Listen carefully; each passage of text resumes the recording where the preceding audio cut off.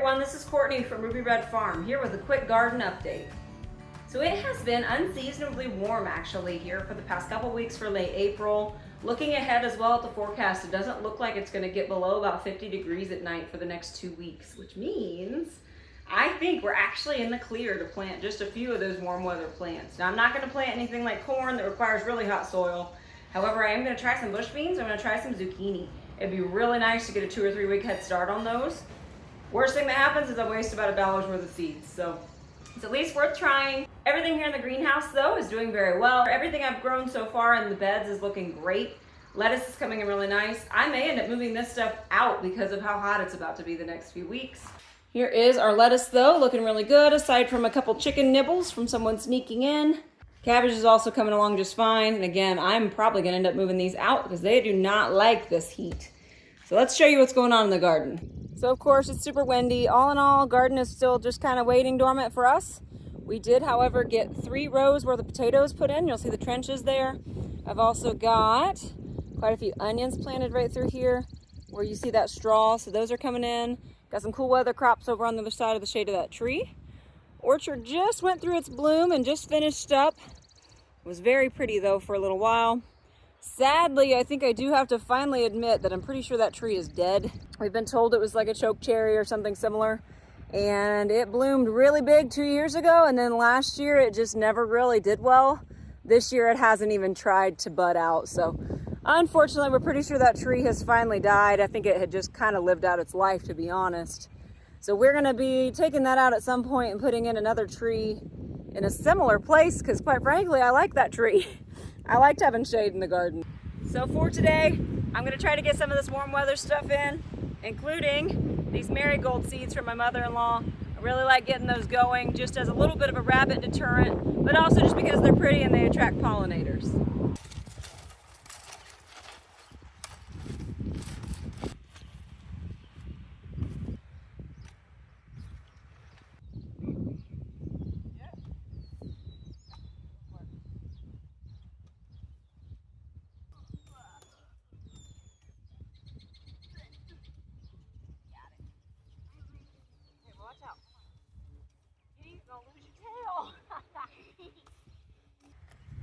I've already kind of changed my mind on what I want to do here.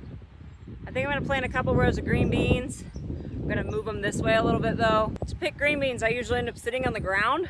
So I got to leave enough room for me to be able to sit and move a stool through there. So I'm going to scooch over about another foot, plant some green beans, trying to at least kind of line them up with the other side because that's usually where I put a walkway. So just trying in my head to think it all through. I always make a plan and then I always just abandon the plan when it comes time to actually plant it.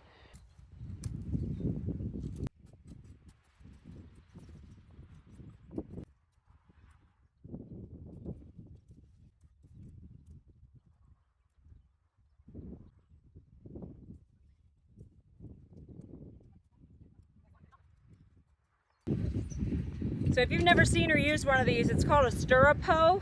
Love the concept. Got this online and actually it's held up fairly well.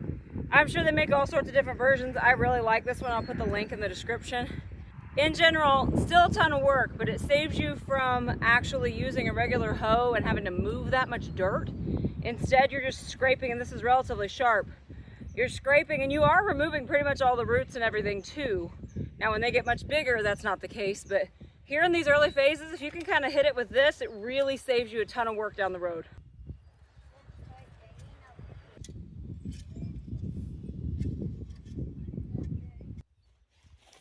Are these the green beans?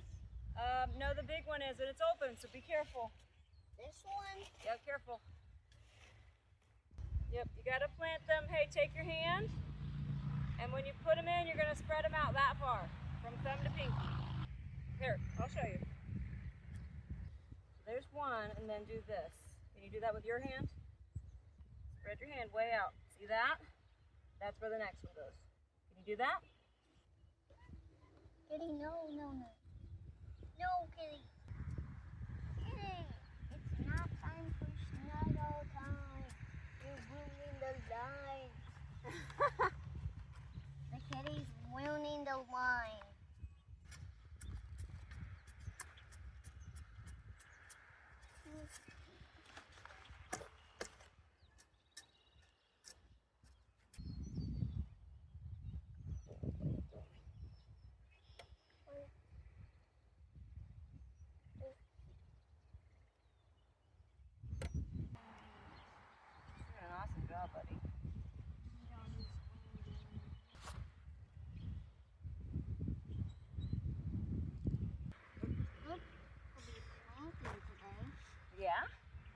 sun's out. I know, it's a great day, huh? Go, kitty.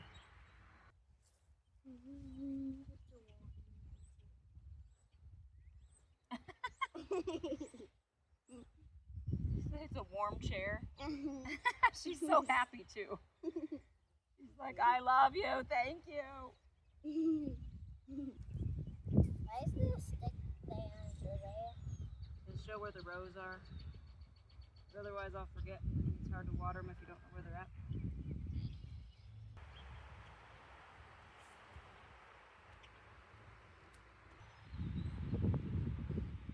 You were doing good. Just keep doing what you were doing. Got our first green beans in the ground for the year. I'll water those real well. I got them marked to help me with watering.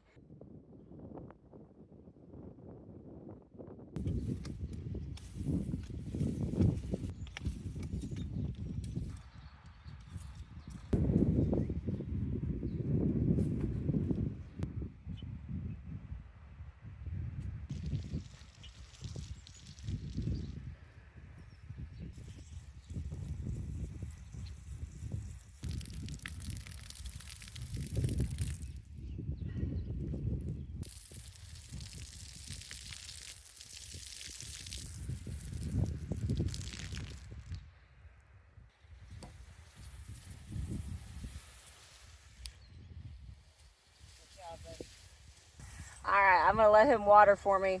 We're gonna go in, take a quick break, and get some lunch. I have got some backup help on the way, and we gotta weed some portions, and then hopefully get some zucchinis in the ground today.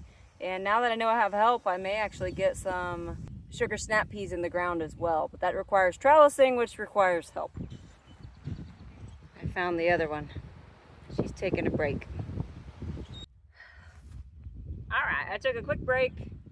Actually ended up push mowing our little fenced area too, so not much of a break. I'm even sweatier than I was when I was gardening. I've decided I'm gonna plant potatoes just past the walkway here, but I'm gonna wait a couple weeks on that. And so I'll just kind of leave the spot for it for later.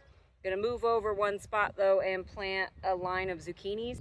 I'm only gonna do one row of hills of those zucchinis just because it is a lot earlier than we should be planting these, but the weather matches, so as long as it stays warm like it's forecasted to, they should be fine. But I'll plant one to kind of get a head start, and then we'll plant a lot more later in the year.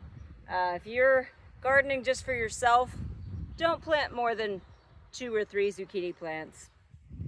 You're gonna be putting them on people's porches and leaving them in their cars because they produce like crazy, but we like them. They sell really well. A lot of people like zoodles and things like that now, so zucchini has become a much more popular plant lately, so we're going to go ahead and try to get a jump start on those. Good job, Bill. You want to rake up those corn stalks for me and kind of make a pile? This? Yep, there's a rake over there.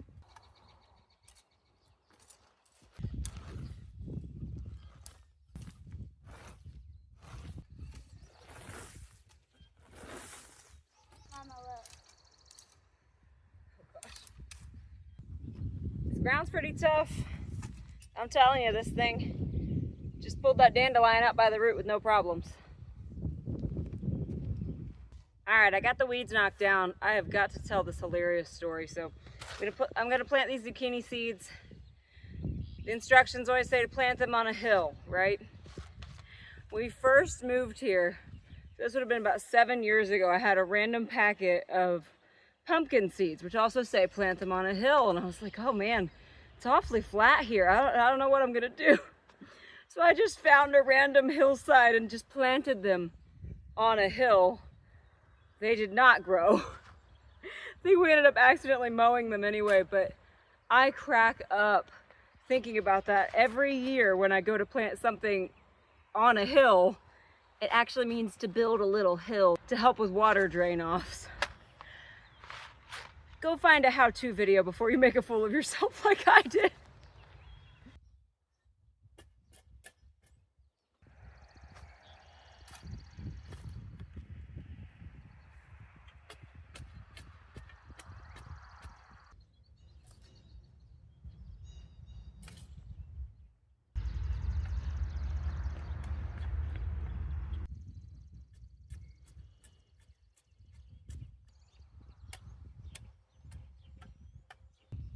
All right, so I decided to just do 4 hills today.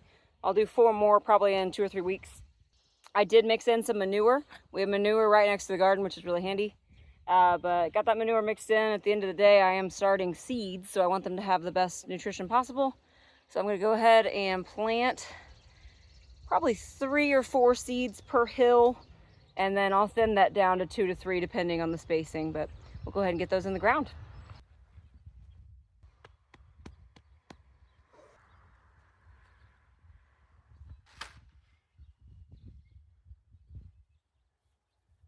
So any of these squash type of plants end up going an inch deep. And again, on paper, they want you to do, 3 to 4 to a hill, hills 4 feet apart. That's pretty much what we've got. And then these should sprout in about a week. That's what I've found. So I will be anxiously checking them every day until then.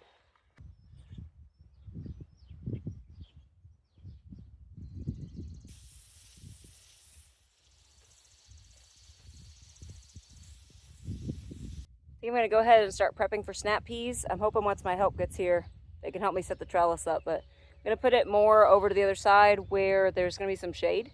And so that'll be hopefully a little cooler. Snap peas like cool weather, but they'll still get plenty of sun. So here we go.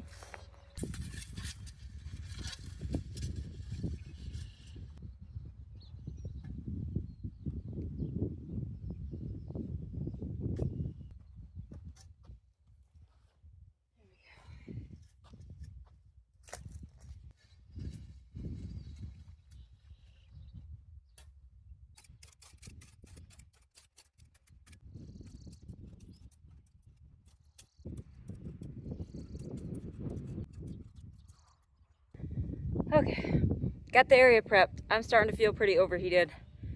About 4 years ago, we went camping and I was way too distracted, didn't hydrate well enough, and landed myself in the ER with heat exhaustion. Ever since then, I really just do not have a great tolerance to heat. I've heard other people with similar experiences, so it's not even so much dehydration, although that obviously triggers it too. For me, if I get overheated at all, my body just immediately gets a headache and kind of all of those heat exhaustion symptoms. So gonna listen to it, gonna go take a break, go inside for a little bit, wait for my help, and then we'll hopefully get some snap peas in the ground. Okay, now the fun part. Drive it into the ground. I gotta hate my life for a second, hold on. Okay. Got this. My shoulders hurt just pretending to do this. I'm ready. I've got move this. at all? I've got this. I can do it. Let me try a couple more times, then we'll trade. Okay, put down low.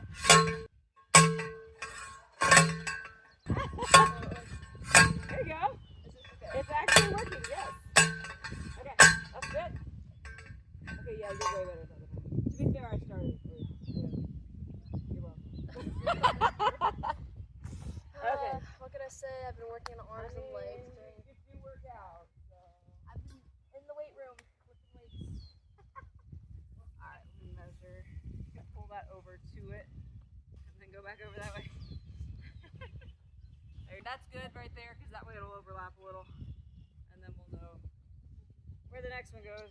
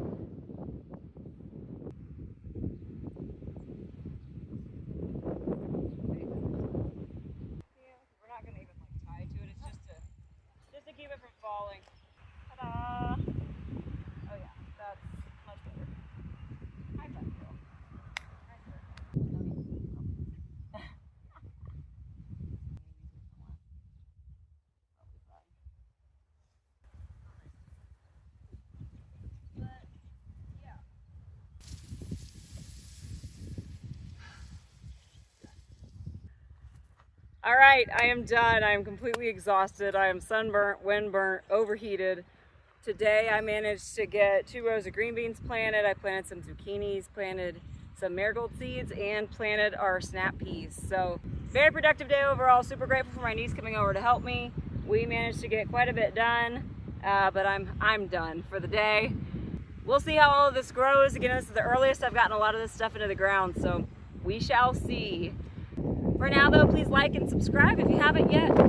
This was Courtney from Ruby Red Farm, and I hope you all have a great day.